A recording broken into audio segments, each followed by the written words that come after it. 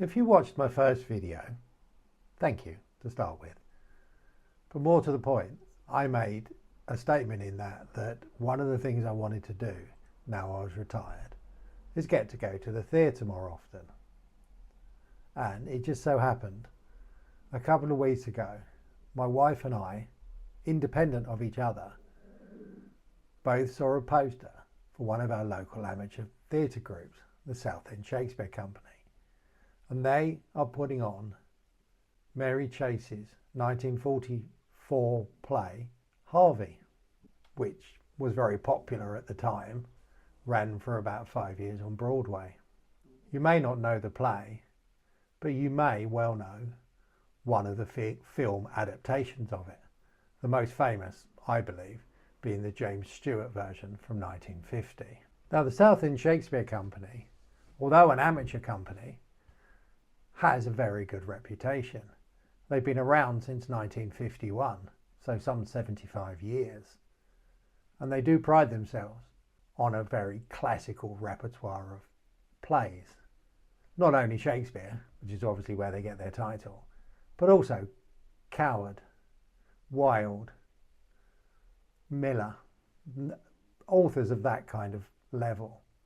They also work incredibly hard. For an amateur company, they put on about 5 or 6 plays a year. So we thought we'd risk it and take the plunge and see what they had to offer. If you don't know the play, it's a simple comic tale of a middle-aged, middle-class man who has an imaginary friend. Or rather, he doesn't. What he has befriended is a puka.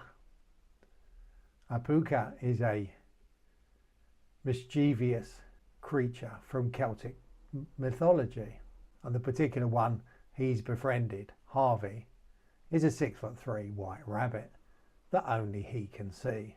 Now, this would be fine for him if he lived alone, but he doesn't. He lives with his sister and his niece, and his sister's very worried about how his behaviour with his supposed friend affects the family's reputation within the town and her daughter's chances of making an eligible wedding. And so the play revolves really around her trying to get him locked away in a sanatorium so they can live their life without the embarrassment.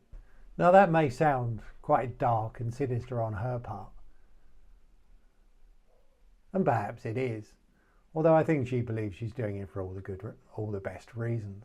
And our main protagonist, Elwood P. Dobbs, is such a gentle, genial character that he doesn't seem to mind. And in fact, by the end of the play, everybody's learnt a lot from his way of living and his behaviour, and from Harvey, which I think by the end of the play, everybody believes to be real. The underlying message of the play, I think, is one of acceptance and trying to see the best in people and understanding what that is, and not worrying about what maybe the outer world, the greater of society, would see of them if they don't fully understand the total picture, which is a good message. If you don't get a chance to see the play, and unless you were in Southend last week, you probably won't. It is in fact on Channel 4 at the moment, and a new version, I read, is in production for Netflix.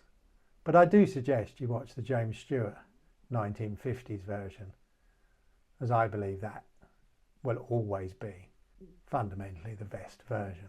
But really the other thing I want to talk about in this thing is about amateur actors and why they do it.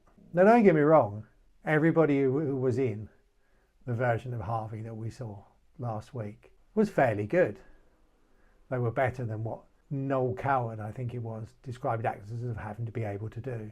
Get their lines out and not trip over the furniture. They certainly managed that and more. Some were fairly good and others were really very good.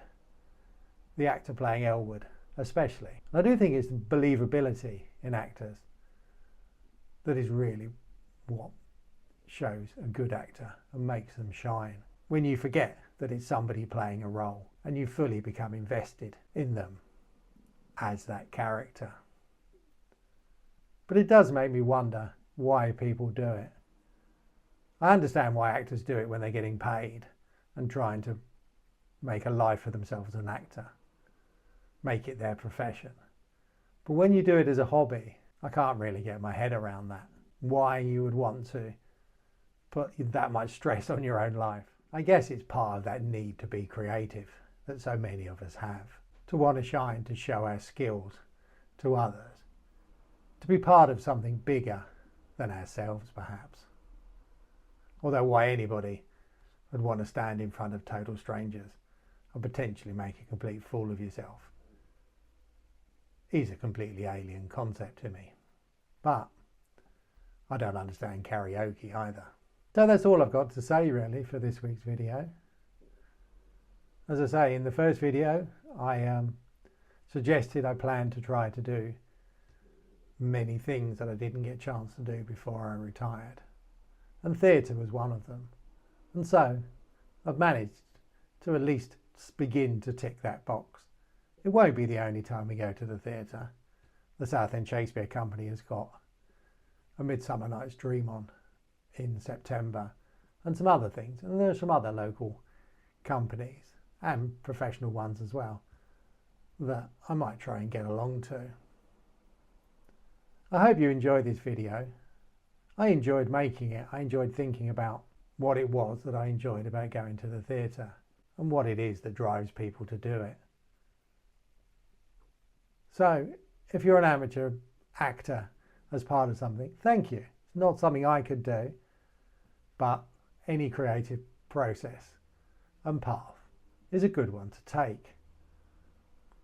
So the best of luck to you. To anybody watching this, I hope you gained something from this video. These are early days and I am trying to find my feet. So please bear with me. And I look forward to seeing you in the next one.